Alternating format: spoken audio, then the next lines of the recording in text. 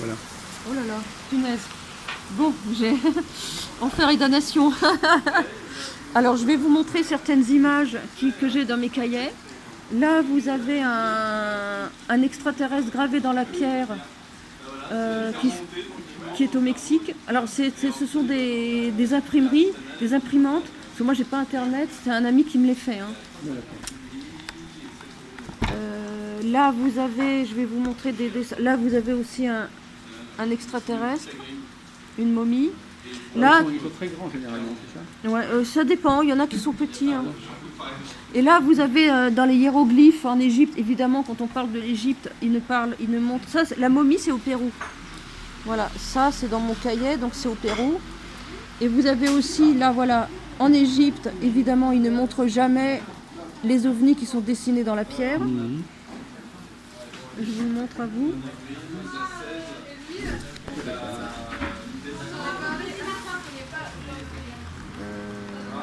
Ah, vous avez, je crois que c'est en, je sais pas dans quel pays arabe, et vous avez deux têtes de géants. C'était peut-être en Égypte ou en Afrique, voilà. Là aussi, vous devez avoir, toujours en Égypte, vous avez le chaos. En dessous, quelque chose qui pourrait ressembler à un vaisseau spatial. Là aussi, mais ça c'est en Amérique du Sud par contre. Vous avez aussi un objet qui peut ressembler à un vaisseau spatial. Vous avez aussi les géants. Ah, là aussi, vous avez au Pérou, donc des personnages, on a l'impression qu'ils regardent toujours pareil le vaisseau spatial. Ouais. Là aussi, en Égypte, vous avez le même dessin de soucoupe volante.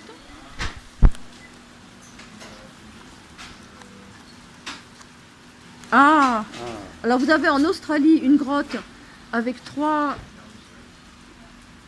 personnages gravés dans la pierre. Vous avez aussi, alors là, les squelettes de géants. Voilà. Les fameux crânes en Amérique du Sud, les crânes allongés, mais ça tout le monde connaît. Et vous avez toujours gravé dans la pierre en Égypte, vous avez un hélicoptère, une sorte de navette, je pense que c'est quelque chose qui va dans l'espace, et vous avez un sous-marin. Alors là, vous avez l'hélicoptère, vous avez le sous-marin, ça doit être des navettes qui vont dans l'espace. Alors moi, ça c'est gravé en Égypte, gravé dans la pierre. À l'époque où il n'y avait pas de sous-marin. À l'époque où soi-disant il n'y en avait pas. Ah, il y a aussi les différentes tailles de géants. C'est intéressant parce que vous avez, alors, le premier c'est l'être humain. Et après vous avez les différentes tailles de géants. Je vous le montre, monsieur. Ça c'est l'être humain et ça, vous avez les différentes tailles de Ils sont géants. 4 fois ou 5 fois plus grands que nous. Vous avez les différentes tailles de géants. Que je note tout dans mes cahiers. J'écris, c'est pour me mémoriser. J'apprends par l'écriture. Pardon? J'apprends par l'écriture. Ah oui, en écrivant. En écrivant, je me mémorise. Là, vous avez des gens qui transportent un énorme crâne sur une brouette.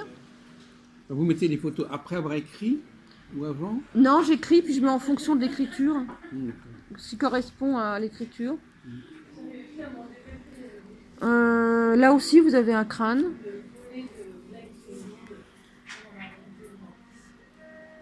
Là aussi. Là aussi, vous en avez un autre. J'essaye de voir... Très bien, très bien. Continuez. Attendez, j'essaye de voir, je suis pas dans le bon sens. Voilà. Ah, génial. Alors celui-là, vous avez un néphilim avec les ailes. Là, c'est à tomber par terre.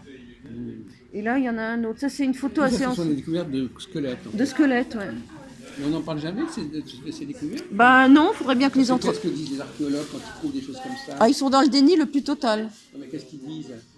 Pour eux, ça n'existe pas. Non, mais alors, Les empreintes de pas, c'est des vers de terre.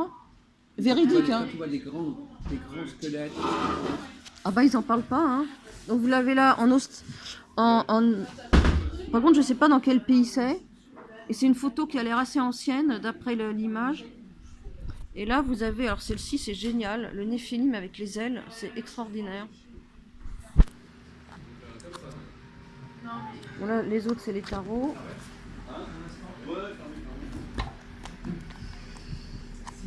Vous avez là aussi les fameux Apkalus, les hommes poissons, que vous connaissez. Qui sont dans... Pour moi, c'était voilà, vous avez les Apkalus, les fameux hommes poissons, qui sont venus donner le savoir et la connaissance à l'être humain. Vous savez, le film La créature du lac noir, Oui. c'est un Apkalu. Mmh. Ce sera un Apkalu. Oui. Et il n'y a pas longtemps, il y a eu La mémoire de l'eau. Oui. Pour moi, c'est une sorte d'Apkalu, la créature.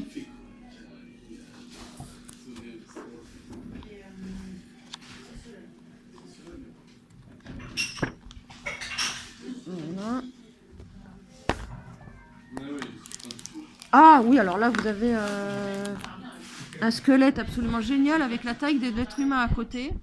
C'est surtout les jambes qui sont grandes. Ben oui. C'est surtout les jambes. Mais après, ils ont quand même une forme un peu humanoïde. Oui, eux, ils ont une forme humanoïde, ouais. Mais il y en a Ils ont qui un sont... squelette, enfin, ils ont des os, ils ont une chair. Là, vous avez donc le... On n'a pas vraiment leur tête, en fait. Non, On n'a que les squelettes. on a que les squelettes, On n'a ouais. pas le crâne, mais on ne sait pas à quoi il ressemble. Si, est-ce qu'il y avait... Si, il y a un crâne. Non, mais le crâne, on ne voit pas le visage. Oh, on pourra le reconstituer en Oui, ordinateur. on pourrait, mais il faut peut-être le faire. Ça, moi, si je pouvais, je le ferais, hein, pour reconstituer leur tête. Si vous savez la technique, il n'y a pas de raison. Ah, moi, je sais pas, mais ce serait une bonne idée de reconstituer. Vous avez dans des tableaux des images d'extraterrestres. Ah oui, alors dans les tableaux, on les représente comment? On les représente comme des nuages ou des formes rondes. On leur donne pas un visage humain? Si, parce que là, ils ont un visage humain dans le petit vaisseau spatial. Ah bon? Ils sont humanoïdes, on dirait. Bon. Ah oui, alors vous avez celui-là. Ça, c'est toujours en Égypte. Et là, il y a vraiment... Là, c'est un gris, par contre. C'est un petit gris. Et vous avez la croix Ansé au-dessus. Oui. Ah oui, en effet.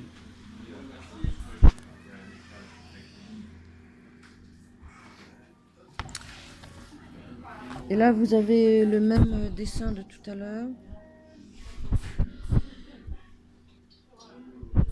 Et là, vous avez dans le monde entier à peu près les mêmes gravures, les mêmes C'est dessins. vous qui avez fait ces montages ou Non, c'est déjà fait. C'est déjà fait avec on les les a mains. fournis déjà comme ça? Oui, c'est un ami qui me les envoie sur, Ah, qui me les met sur papier. Donc vous avez à peu près les mêmes personnages dans le monde entier. donc vous dépendez de cet ami d'une certaine Oui, manière. enfin pour les dessins, oui. Et il habite dans la région parisienne? Il habite Paris. Oui. Alors là, vous avez le plasma. Donc vous avez du plasma. Et on a découvert il n'y a pas longtemps qu'il y avait des glyphes dans le monde entier qui avaient la représentation du plasma Oui, il y a des milliers et des milliers d'années. Oui. Le plasma, c'est quoi? Excusez-moi. Ah, alors là, c'est de la technologie en laboratoire. Le plasma, c'est sert aussi pour la naissance, pour l'embryon. Ah oui, j'y avais pas pensé. Mais ça, c'est en laboratoire. C'est une forme recréée en laboratoire, ça. C'est une imagerie en laboratoire. Donc voilà, donc je mets tout en... Très bien. Tenez, je vous rends votre portable, Merci. monsieur. Bon, alors, on va terminer sur le... Alors donc, finalement, vous avez tout un musée, comme ça, J'adore, mais vous avez raison. Une galerie. C'est tout à fait ça. une galerie, et vous devrez la faire visiter. Pourquoi vous ne mettez pas sur les... Quand vous faites des activités, vous pourriez les... Non. C'est mes énergies, c'est chez moi, non. Non. Donc ça s'appelle le musée, comment? Ah ben non, c'est ma chambre. Le musée d'Olivia. Voilà. Le musée imaginaire, pas imaginaire, enfin le... Oui. Voilà. Et dans votre chambre, ils sont installés aussi? Alors j'ai une table avec tous mes tarots, puis un hôtel avec les... Alors au Salon Zen, je me suis acheté une Merkaba, une pyramide en pierre de Shungite. Vous avez acheté ça? Oui. Et ça marche bien? Ah, en énergie, c'est génial. Vous savez, la Merkaba, c'est le véhicule de lumière qu'on a autour de nous. Oui, c'est le chariot. Un petit chariot. peu, oui. Et donc, j'ai acheté la Merkaba en Shungite en relief, enfin en 3 dimensions, et une pyramide en Shungite aussi. Mmh. Et sur le Et alors, alors justement, qu'est-ce que ça vous apporte sur le plan vibratoire? Oh, Ça vous fait du bien ou c'est génial. qu'est-ce que vous vous sentez mieux? C'est une vibration. D'abord, il faut tenir l'objet dans la main droite. Et tout de suite, vous sentez une énergie. Alors, la Merkaba, ça ouvre à la mémoire akashique. Et vous sentez tout de suite une énergie dans le corps. Quand c'est la pyramide, vous sentez plus une énergie qui vient du ciel et que ça se diffuse comme les pyramides, vous savez, ça vient de là-haut. Et ça se diffuse vraiment dans votre corps, comme ça. Voilà, en triangle, vous voyez, ça vient comme ça. Et ça se diffuse comme ça. Ça, c'est votre corps, vous la tenez dans la main et ça fait et qu'est-ce que vraiment vous comme pensez ça. des mandalas? Vous en avez? Vous en faites? Je refais pas, j'y connais rien.